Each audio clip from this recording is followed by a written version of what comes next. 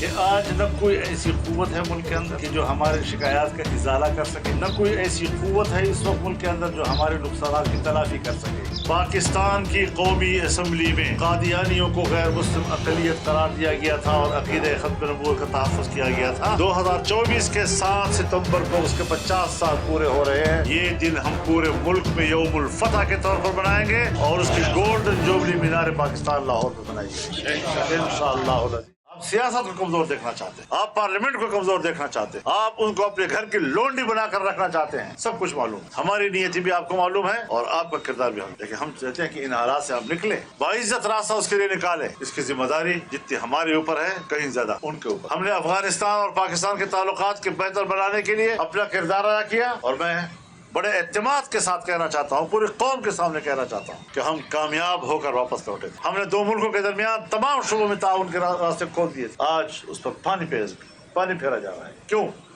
کس کی خوشنودی میں؟ پاکستان کے مفاد میں؟ قطعاً نہیں۔ پاک افغان بارڈر پر رہنے والے پاکستانی جس میں زیادہ تر پشتون لوگ ہیں، آج چمن کے کیا حالات، 8 مہینوں سے لوگ بیٹھے ہوئے ہیں، ان کے روزگار ختم ہو چکے ہیں۔ اور میں بتانا چاہتا ہوں، درد دل کے ساتھ بتانا چاہتا ہوں کہ ان کے گھروں میں جو خواتین کے زیورات تھے وہ بھی انہوں نے بیچ ڈالے ہیں، وہ بھی ختم ہو چکے ہیں۔ اپنے گھروں کے دروازے اور کھڑکیاں بیچ رہے ہیں اور صبح شام کی روٹی کے لیے انتظام کر رہے ہیں۔ اور ریاست ہے کہ کوئی متبادل روزگار کا انتظام کیے بغیر ان پر دباؤ ڈال رہی ہے کہ جو ہم کہتے ہیں ماننا پڑے گا، جبکہ یہ چیزیں چلنے والی۔ انگور اڈا کے لوگ جو جنوبی وزیرستان کا آخری شہر ہے، بارڈر کا گاؤں ہے، کسی زمانے میں میں گیا ہوں اور مجھے یاد ہے میری رات افغانستان میں تھی اور میں جلسہ پاکستان میں۔ دیورل لائن ایک ایسی لکیر ہے کہ جس نے نہیں دیکھا کہ گھر کے کمرے جو ہیں افغانستان میں ہے اور صحن پاکستان، گھر کا صحن افغانستان میں ہے اور کمرے پاکستان میں، جنہوں نے نہیں دیکھا کہ مسجد کا محراب افغانستان میں ہے اور ان کا صحن پاکستان میں ہے، امام افغانستان میں کھڑا ہوتا ہے اور مقتدی پاکستان میں کھڑے ہوتے ہیں۔ کیوں اس بات کا ادراک نہیں ہے ان لوگوں؟ تمام قبائل کو دیکھ، باجوڑ سے لے کر جنوبی وزیرستان اور پھر جائے افغانستان تک، چمن تک، قوم ادھر رہ رہی ہے، زمینیں ادھر ہیں،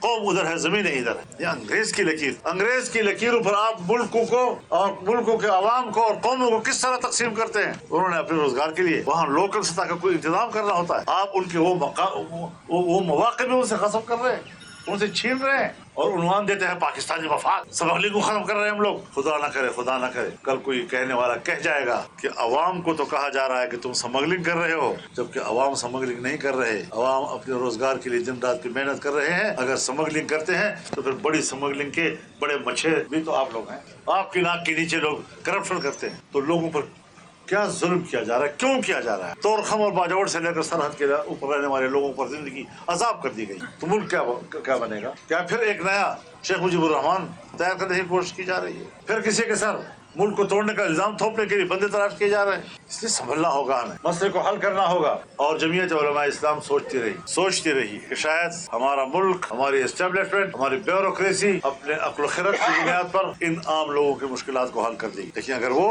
جبر کا راستہ لے گی تو پھر جبر کے مقابلے میں ہم اپنے عوام کے ساتھ کھڑے ہو جائیں، معاملے کو معقولیت کے ساتھ حل کریں، تعاون کے لیے ماحول بنایا جائے۔ ہم ملک کے لوگ ہیں، ہم اس ملک کے لیے بہت کچھ کرنا چاہتے ہیں، لیکن آپ نے ہر اس ماحول پہ آگ لگائی ہے جس ماحول میں تعاون کیا جا سکے۔ اس ماحول سے نفرتوں اور شکایتوں کے شعلے بھڑک رہے ہیں۔ کہاں کھڑا کر دیا پاکستان کو؟ اور ناز ہے اپنے عقل و خرد پر۔ آپ کے پاس عقل و خرد نہیں ہے، آپ کے پاس صرف طاقت اور طاقت کا نشہ ہے۔ تو اس بنیاد پر ہمیں تو سوچنا چاہیے۔ فلسطین میں کیا ہو رہا ہے؟ 40,000 سے زیادہ لوگ بے گناہ شہید، اکثریت چھوٹے بچوں کی، خواتین کی، اس وقت اللہ کے ہاں جا چکے، شہادت کے مرتبے کو فائز ہو چکے۔ ایک گھر نہیں بچا جو گرا نہ ہو، ملبوں کے نیچے ابھی تک لوگ پڑے ہوئے ہیں۔ اور جب وہ کیمپوں میں جاتے ہیں تو کیمپوں پر بھی بمباریاں ہو جاتی ہیں، جب ان کی طرف امدادی سامان جاتا ہے اس پر بھی بمباری ہو جاتی ہے۔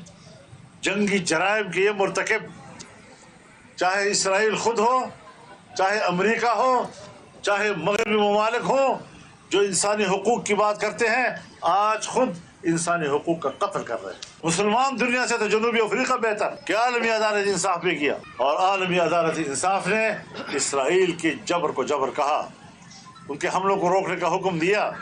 آئے نا امریکہ اس کو امپلیمنٹ کروائے، اس پر عمل درآمد کروائے۔ آئے نا مغربی دنیا، کہاں گئی انسانی حقوق کی تنظیمیں؟ کہاں گیا ایمنسٹی انٹرنیشنل؟ کہاں گیا ایمنسٹی ہیومن رائٹ واچ؟ انسانی حقوق کی تنظیمیں ایسے وقت میں گم ہو جاتی ہیں۔ یہ انسانی حقوق کی تنظیمیں نہیں ہیں، یہ انسانی حقوق کے نام پر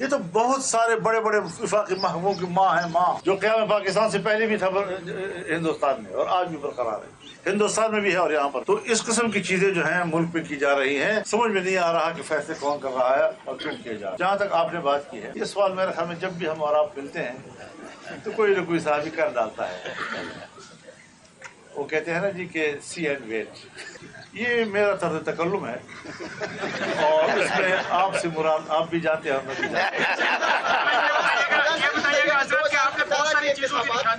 اب مصیبت یہ ہے کہ الیکشن کمیشن بھی اب زیادہ ایک آدمی کا انتظار کرے، پھٹ رہا ہے۔ اس کے تمام اختیارات پر کورٹ نے قبضہ کر لیا ہے۔ اب الیکشن کمیشن کس لیے ہے کہ وہ نہ کسی کو کامیاب کرنے کا فیصلہ کر سکتا ہے، نہ کسی کو ناکام کرنے کا فیصلہ کر سکتا ہے، نہ کسی کو سیٹیں دینے کا فیصلہ کر سکتا ہے۔ اس کے سامنے بھی تو قوانین ہیں، ان کے سامنے بھی تو ضابطے ہیں، وہ بھی تو ان عدالتوں سے آ کر یہاں پر اس مقام پر براجماع ہیں۔ لیکن آج فروری میں الیکشن ہوا ہے، مارچ، اپریل، مئی، جون ختم ہو رہا ہے، جون چل رہا ہے اور ابھی تک ہمارا ایوان مکمل نہیں ہو رہا۔ پتہ نہیں چل رہا آج میں ممبر ہوں اور کل نہیں ہوں، کل ہوں اور آج نہیں ہوں۔ یہ جو شکل جا رہی ہے اس پر عدالت کے بارے میں کوئی اچھی رائے قائم نہیں ہو رہی ہے اور لگتا یہ ہے کہ جیسے ادارے آپس میں لڑ رہے ہیں اور زور نکل رہا ہے ہمارے ایوانوں سے اور عوام سے۔ سب سے زیادہ ہم نے کیا، تحریکیں ہم نے چلائی، اگر ہم نہ آتے تو کوئی تحریک نہ ہوتی۔ 15 ملین باقی لوگ تو ہمارے کنٹری میں جا کے کھڑے ہو جاتے تھے، پی ڈی ایم بھی تو اسی سے نکلی ہے۔ تو یہ ساری چیزیں ہم نے کی ہیں، اس وقت بھی کی ہیں، اور پھر اس کے بعد جب نیا ماحول بن گیا اور ہم نیا الیکشن کی طرف جانے لگے تو میں آپ کو بار بار کہہ چکا ہوں، میں ہر دفعہ غیر ضروری سوالات نہیں اٹھانا چاہتا کیونکہ ایک بات چھٹ جاتی ہے اس سے۔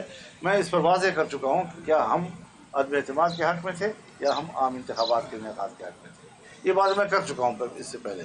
تو اب جو دوبارہ وہ جرم پھر ہوا ہے تو کوئی ہمارے ساتھ ہے یا نہیں، ہم اپنی جگہ پہ کھڑے ہیں۔ میں ایک بات آپ سے واضح طور پر کہہ دینا چاہتا ہوں، وہ اس سے سارے سوالات آپ کے حل ہو جائیں گے کہ آج نہ کوئی ایسی قوت ہے ملک کے اندر کہ جو ہمارے شکایات کا ازالہ کر سکے، نہ کوئی ایسی قوت ہے اس وقت ملک کے اندر جو ہمارے نقصانات کی تلافی کر سکے۔ اب آپ اس میں خود فیصلہ کریں کہ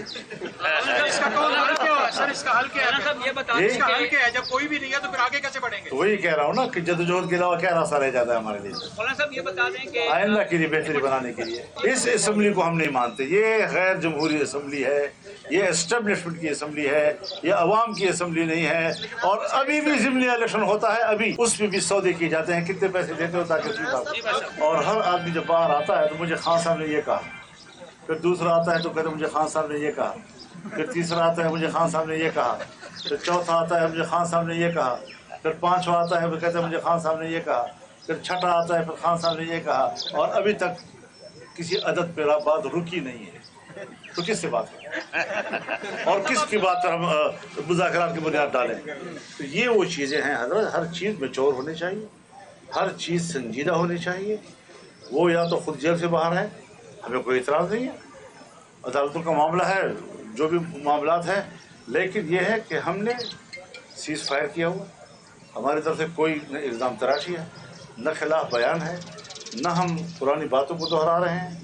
اپنی پوزیشن تبدیل ہوگی اس وقت جب تحفظات ہوگی۔ ہمیں یہ ملک کی سلامتی کے جو سوالات ہیں اس کو سنجیدگی سے لینا چاہیے، لیکن معاملات ہیں سنجیدہ، اس میں کوئی شک نہیں۔ اور بین الاقوامی جو اسٹیبلشمنٹ ہے وہ افغانستان میں امارت اسلامیہ کو کمزور کرنا چاہتی ہے، یہ اس کی خواہش ہے۔ اب اس پہ آپ دیکھیں گے۔